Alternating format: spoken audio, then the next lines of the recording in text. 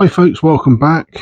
A few of you have been asking me to do this video, and based on the feedback and great viewing figures of the history of the Florian video I did earlier this month, I think it's time to do the history of the half crown.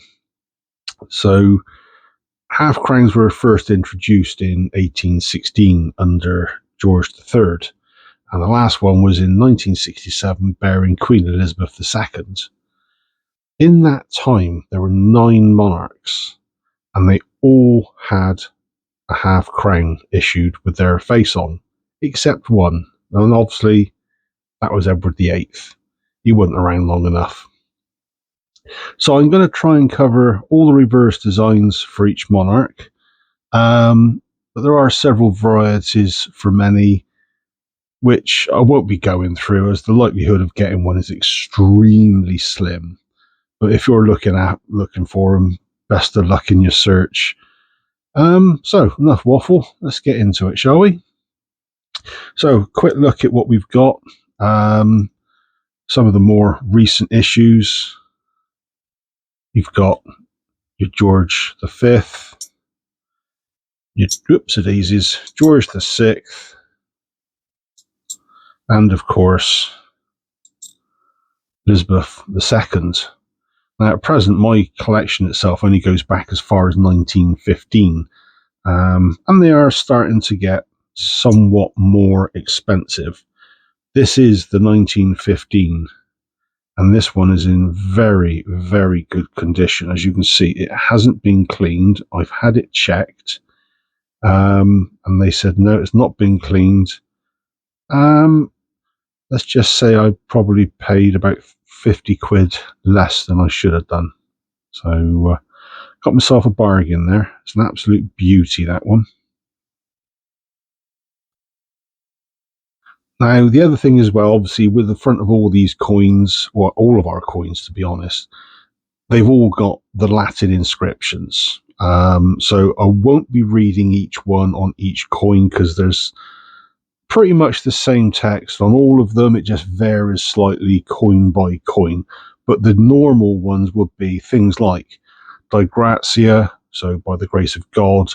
You'll have Rex, which is king, Regina or Regina, which is queen, Fidef, defender of the faith, Brit Omen, which is of all the Britons.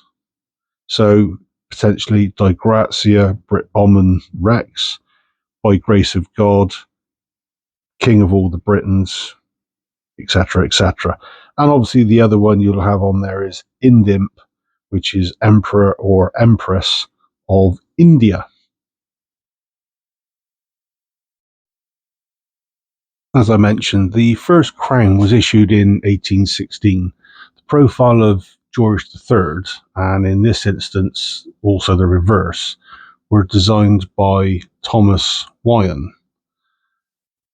The coins themselves will potentially stay the same size, weight, and so on for quite some time, and they were 14.1 grams, 32 mil across, and 92.5% silver. Now, the design has the coat of arms with the House of Hanover arms in the middle, both surrounded by the Order of the Garter. In 1817, the king's profile started as that of Wyon, but later changed to Benedetto Pastrucci. You might know that name. He's the guy behind St. George and the Dragon on the Sovereign.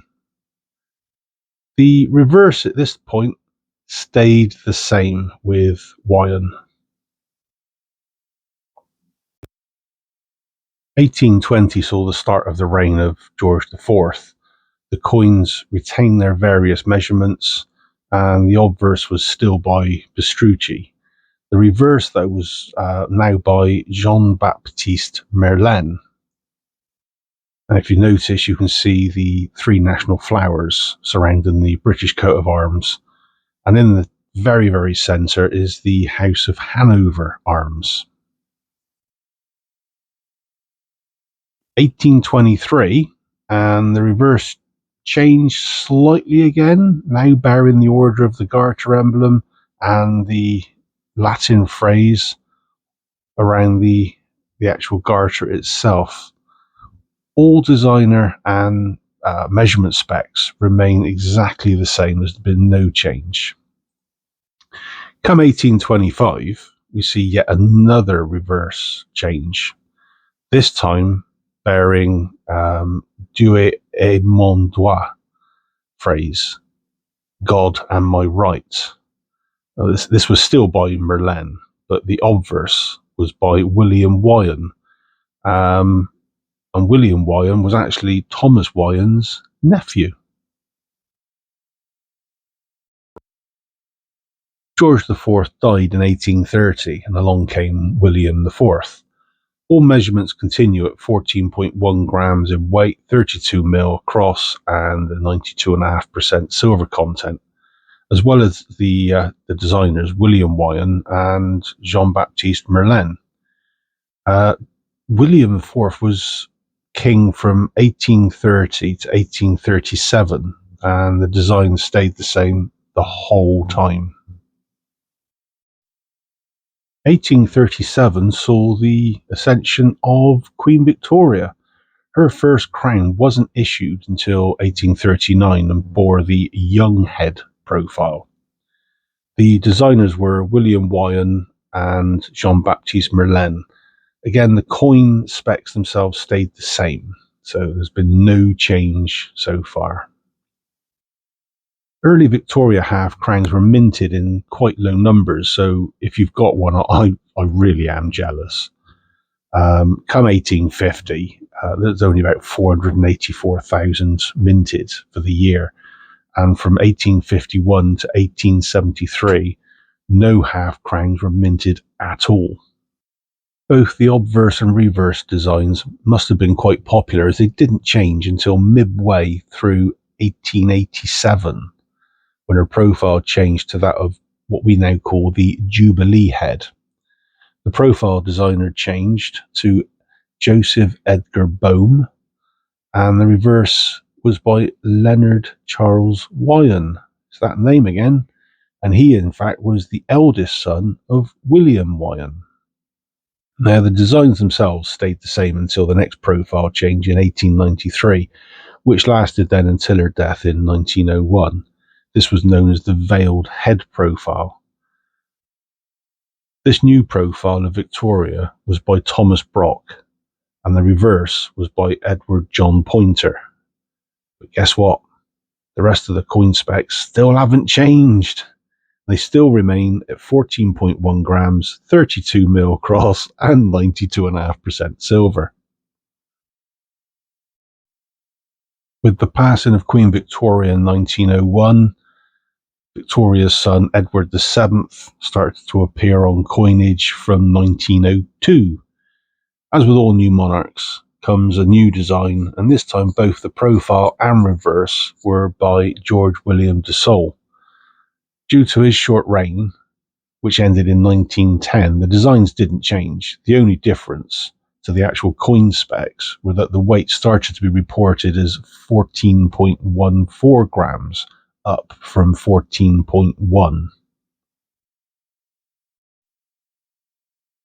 In 1911, George V starts to pop up on our coins, and these are likely to be the ones, or at least from his period onwards, the most of us collectors will have, unless you've got a little spare money set aside and maybe got a Victoria.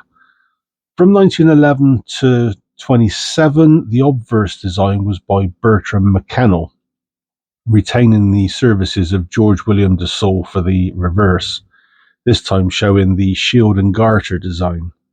The big difference in this period was the reduction in silver content, down from 92.5% all the way down to 50%. This was mainly due to the cost of the recent World War and the subsequent price increase for silver. The same designs with the lower silver content continued until 1927, and in 1928 a new reverse was minted, designed by George Kruger Gray, known as the Shield design. This design and the silver content remained standard until the death of George V in 1936. Now we enter the slight blip when it comes to coin collecting, even to an extent stamp collecting. Edward VIII made a very brief appearance on the throne from January 36 until his abdication later in the year in December. He never had a coronation. No coins were formally minted and circulated bearing his image due to the lack of time involved. Due to Edward's short time as monarch, George VI was quickly and somewhat out of the blue made king. His first half crown came out in 1937, and whilst retaining the same weights and measures as the later King George V coins, the obverse designer changed to a chap called Thomas Humphrey Paget, whilst keeping with George Kruger Grey on the reverse. Now, this was also another time of change. 1946 saw the last silver content in a half crown, with the coins issued from 1947 now being a copper-nickel mix, which we know as cupro-nickel. As well as the change in the metal content, the measurements in 1947 therefore changed to 14.2 grams, but retained the 32 mil in diameter. Another change took place in 1949 when the Ind Imp, the Emperor of India text on the reverse, was dropped due to India gaining its independence. George VI died in 1952, and only one half crown is said to exist, so if you see one on eBay, I doubt it's legit. The eighth and last monarch to have half crowns was, of course, Elizabeth II. With her ascension to the throne in 1952, her first half crown didn't get minted until 1953. The obverse we all recognise as the one by Mary Gillick, or the Young Head, as we now call it. The reverse was a joint effort by Cecil Thomas and Edgar Fuller. The odd thing is 1953's coin, the obverse, it bore the text "Die Gratia Brit Omen Regina," meaning "by the grace of God, Queen of all the Britons." However, this changed from 1954 through to the last half crown minted in 1967 to simply "Die Gratia Regina," meaning "by the grace of God, Queen." By 1967, decimalisation was starting to be rolled out, with the new coins covering the florin and the shilling, for example. The half crown was eventually demonetised on the 1st of January 1970, a year before full decimalisation in February 71, and a little over 150 years after its first appearance. Well, I hope you found this video interesting, but please remember I am not an expert, far from it. I'm just a collector. I'm a coin enthusiast, shall we say. But if you did enjoy the video, you found it helpful or generally of interest, please consider a thumbs up and a comment, and most of all, please do hit that subscribe button, as it'll encourage me to make a few more educational videos, somewhat like this one. Cheers all.